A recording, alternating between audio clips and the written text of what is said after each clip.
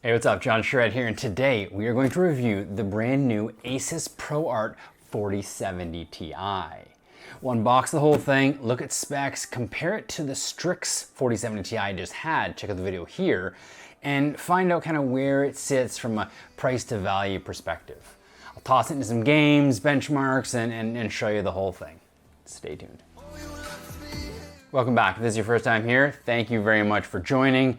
I like to review different new tech computer parts, and today we're looking at this ProArt series card. Now, I find this a little bit interesting because the ProArt series is a lesser known brand or sub-brand of Asus, pointed towards the creator workstation line user. Now myself, I'm less of a gamer and more of a creator. I use my computer more for video editing, even work. So I'm really interested to see how this card holds up, but I still definitely want something that's good for casual gaming. All right, let's get this thing open and take a peek.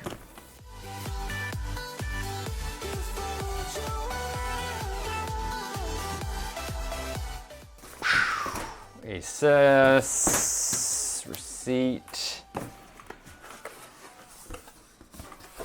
All right, see that.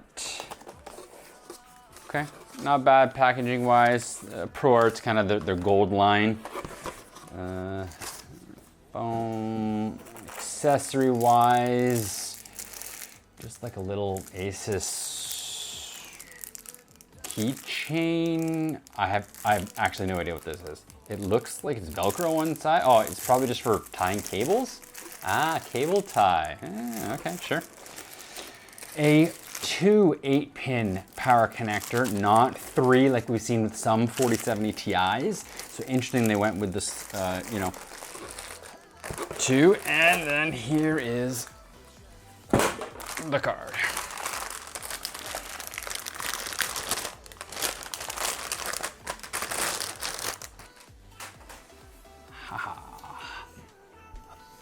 Okay. Not bad, not bad. Okay, cool. Look at the really gold. Look at the front here has a little ProArt symbol. ProArt up top. The back, what does it look like? I love that. It's cool. It's Pro in a really nice thin font. That's pretty cool. The end, nothing fancy on the end. It does not have those PWM connectors that the Strix has. And then your connector here. Also noting, comparing it to the Strix, that it only has 1 HDMI and 3 DisplayPort cables. Someone did in the comments mention that I haven't kind of put a whole lot of attention on the amount of ports, and that is something that if you are going to buy a Strix card that is $100 to $200 more expensive than this, something that you may consider. Okay, what else to note? I do not see a BIOS switch. Okay, cool. Your 12 volt power connector, which is standard on all the 4000 series cards. I think that's about it. Now, I wish I still had the Strix. I actually sold the Strix so that I could buy this. I'm not getting these cards given to me, people. I'm still pretty new to the channel. I buy them and then resell them and try not to lose too much in the process, hopefully to provide some content. But I did for fun. Maybe I should start doing this for all the cards. I try to make this somewhat ghetto looking replica of a Zotac Trinity OC. And just to compare its size, it's slightly smaller. One thing I did notice on the specs when comparing it online to the Strix is that it was about an inch shorter, so that'll help with getting into the case. But not only that, it was an inch shorter from a height perspective. So, I mean, if it's popping out of your case, sometimes you have to worry about the door, the siding. I mean, sometimes even there's issues right now with people and the 12 volt power connector and bending it because the side of your case is here. So the fact that this is a shorter card is definitely a bit thinner, even compared to the Trinity. It's pretty skinny. That was something that Asus was trying to do with these cards, was get a very small form factor card and still output and have similar speeds and thermals. Well, we'll find out if that is the case. let's take some plastic off here before we install it.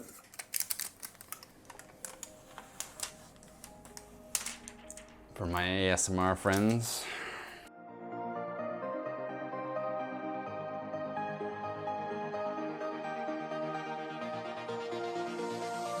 Here's my test fish system. Oh, that was my knee. Oh.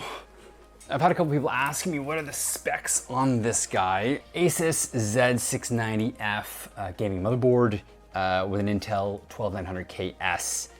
And it's being cooled by this 300mm Kraken X73, Z73, I can't remember which one. Right now I have a crucial 1TB PCI Express 4.0 hard drive in it with 32 gigs of 6000 megahertz Corsair Vengeance RAM. So, I mean, pretty okay, and what I can still consider a pretty high-end system. I often, when I sell my main system, I'll go back and go to use this one, and it works amazing. I'm so happy with this system. So, here, let me toss this in. Okay. Oh, it looks tiny, itsy bitsy itsy in there. It is a small card. It's light. Even, it reminds me of when I unboxed the Zotac Trinity OC for the first time, and I was like, wow, this is a baby card. I mean, it's coming from the 4080s, 4090s, and even comparing this to the Strix 4070 Ti, it's way lighter. So I'll be very interested to see how that affects the thermals. So here, let me plug this in. I feel like, and if you've seen any of the Strix videos, they mounted their power connector opposite of everyone else who's doing cards. I feel like this is like everyone else, because I had it the other way. I will confirm that after. Okay, let's turn it on. Now I am seeing absolutely zero RGB on this card, which is, ooh, forgot some plastic. Yeah, I mean, literally, if I was looking at only the GPU right now, I could not even tell it was turned on. So, interesting. I know even with the Fractal North, if you haven't seen the Fractal North build that I put together, that I used a 4070 Ti by mistake and then a 4090 Strix, I was actually waiting for this card to do that build. It was taking a long time. I thought it was gonna come out. I eventually just had to go ahead with the Strix card. But the idea of that build was that it was a zero RGB build, and this card would work absolutely perfect with it. I'll put it into that build later so you can see it together with the Fractal North ProArt Gold. I really think it'll have a great look to it. So stay tuned. Let me do some benchmarks with this, run it through Blender, run it through some games, Cyberpunk, just kind of see how it looks and how it performs compared to some of the other 4070 Ti's out there. All right, I'm back, and there's lots to cover, but before I get into it, I do want to address the drama that's happening with Linus Media Group. To say that it hasn't impacted me, I mean, it definitely has. I mean, am I hesitant to post videos and show data on charts knowing that there could be a mistake? Yeah, it's really scary. Do I do everything I can to triple check my numbers and make sure it's good? Yes. And I know I will make mistakes, and I appreciate everyone's support, everyone who's helped out the channel and continues to watch. I will do my best to provide the most accurate information that I can. So, back to the card. All right, first things first, I did confirm that the power connector on the GPU itself is flipped 180 degrees compared to the Strix card. Now that's the more typical way of doing it. I still don't really know why the Strix is done that way, but confirming the ProArt is in the other way. It's Secondly, I've missed this, but in the unboxing, it was kind of hidden down. They do have a fancy, really nice ProArt GPU sag bracket. It looks beautiful. It's not the silver ROG one, but I mean, it matches really well. So kudos to Asus for tossing in one of these. I actually don't think it's needed because the card's so light, but that's beside the point. All right, now back to the card itself. Probably isn't a fair comparison to throw it directly against an Asus Strix, but I will anyway. I mean, where it's at is more of a mid-tier price point, very similar to an Asus TUF. Well, I mean, let's talk about the difference between those three cards, the ProArt, the TUF, and the Strix. The Asus website does a really great job of doing a comparison, and you can really see what the differences are. As you can see, the clock speeds for the ProArt and the TUF are identical, with the Strix card only being 30 megahertz faster. Now, I mean, 30 megahertz is not a big deal. You can literally turn up the slider in Afterburner and get that out of card, no problem. Next are the ports on the actual card itself. I was very surprised to see that both the TUF and the Strix have two HDMI 2.1 ports, whereas the ProArt only has one. So I mean, that could be right there a deal breaker for you if you're looking at this ProArt card, if you maybe want to set up two HDMI monitors or maybe an HDMI monitor with a VR headset. That kind of could be a reason to go with the TUF or the Strix. Leave a comment down below if two HDMI ports is important to you. Let's get into the dimensions, and this is where it kind of gets fun. The cards are pretty different. Lengthwise, they go in order, ProArt at 300 millimeters, and then TUF at 305 millimeters, and then the Strix at 336 millimeters. For height, they're in the same order again, ProArt 120 millimeters, and then TUF 138 millimeters, and then the Strix is the tallest at 150 millimeters. So far, nothing I wouldn't expect. Most people are concerned generally about the length of a card when it comes into fitting into the case versus the thickness. Or maybe you're using multi-GPU for something AI related. I mean, the robots are taking over. And lastly, the ProArt has zero, nilch, no RGB. Some people hate RGB, so this could be a perfect card for you. Okay, let's look at some workstation benchmarks. I mean, if you're interested in this card, there's a good chance that you are a creator, so let's look at those first. And if you are a creator, please drop me a link down below to your channel or your artwork. I love looking at other people's work and getting inspired by it. Interesting note, I went to college for computer animation over 20 years ago. Here's an example of some of my work from then.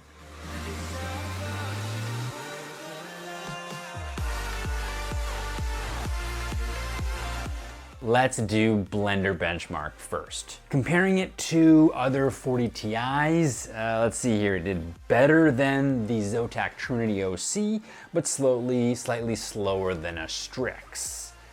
That kind of feels on point. I did add the Strix 4090 into this chart for fun, just to see how much better it performs, and it's pretty much double the speed on all tests. Question for you. I've been gathering a spreadsheet with all of the data of all the tests from all the different GPUs that I've been testing, and I'm not always able to share all of the data in every single video. Would you be interested in getting access to this spreadsheet for a small fee, a membership, something on YouTube? It gives back to my channel. Would you be interested in getting all of the data to help maybe make you make a better decision? Let me know in the comments down below. Thanks. Next up are Premiere Pro, Photoshop, and DaVinci Resolve. Now, I've mentioned this before, GPUs generally don't play a big role in the performance of these benchmarks. That being said, the ProArt 4070 Ti performed closer to a Strix 4090 than a Strix 4070 Ti in Premiere Pro. We're talking minor differences here, but it's interesting to see the data. In Photoshop, it was middle of the road, and with DaVinci Resolve, I forgot to do the test on the Strix 4070 Ti, but I did compare it to the 4090 Strix. And the 4090 Strix was only 22% faster. I mean, if you're spending twice the amount on a 4090, I would hope to get more than 22% faster. Now, regarding games, nothing really stood out shocking here with their performance. When comparing it to other 4070 Ti's, it performed very similar. It even did better than the Strix 4070 Ti non-OC that I had. I mean, this is the OC version of the ProArt. I tried out the latest 3D Mark benchmark called Solar Bay, And it was pretty cool because I must have been one of the first 4070 Ti's to run the test because I ended up getting a high score, which is pretty neat. I then reran the test with overclock settings and got even high score again. So, I mean, I probably won't last there very long, but here's proof that I did good. So I've been playing a lot of Diablo 4 recently, and I mean, with this card, I'm not even enabling DLSS with frame generation, and it's great. At the ultra wide 1440p resolution that I'm running, it runs at about 100 frames per second without any issues. Now, interesting enough, I did just see an article on videocards.com about Starfield, new game coming out in a couple weeks, and that it will not support or may not support DLSS 3.0. If you didn't know, Starfield combined with AMD to be kind of an official partner for that game, and it will support FSR too, but not DLSS. I mean, I imagine they'll add in the support later, but they probably have an agreement with AMD that they'll push their technology first.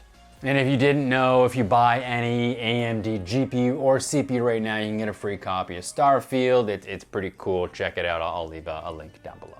Oh, but why do I bring up Starfield? I mean, so yes, the card works great for Diablo 4, but for a game like Starfield, will the 4070 Ti be powerful enough without some type of frame generation with FRS or DLSS?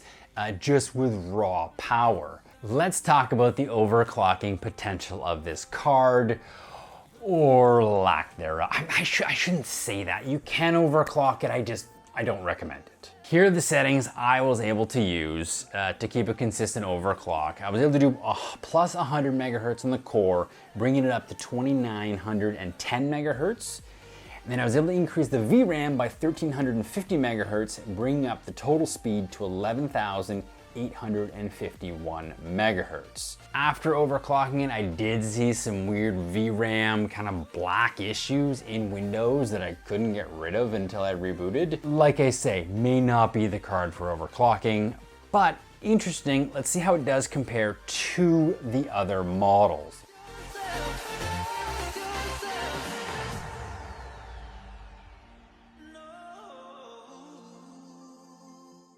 Regarding thermals, I'm not surprised that the ProArt didn't hold up as well as the other cards I've reviewed.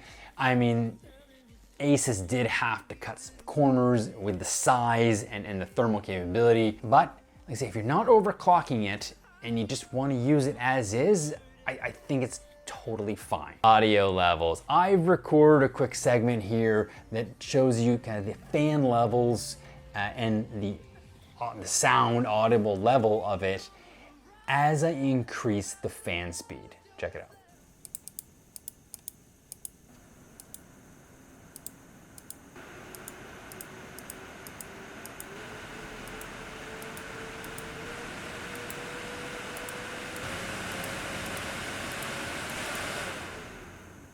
To me, this card sounds absolutely great and had zero coil whine.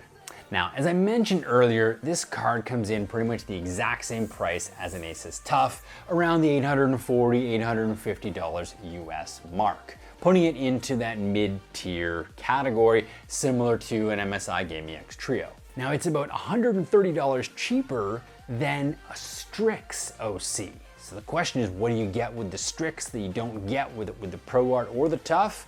I mean, that extra boost of clock speeds, the overclock abilities, some RGB.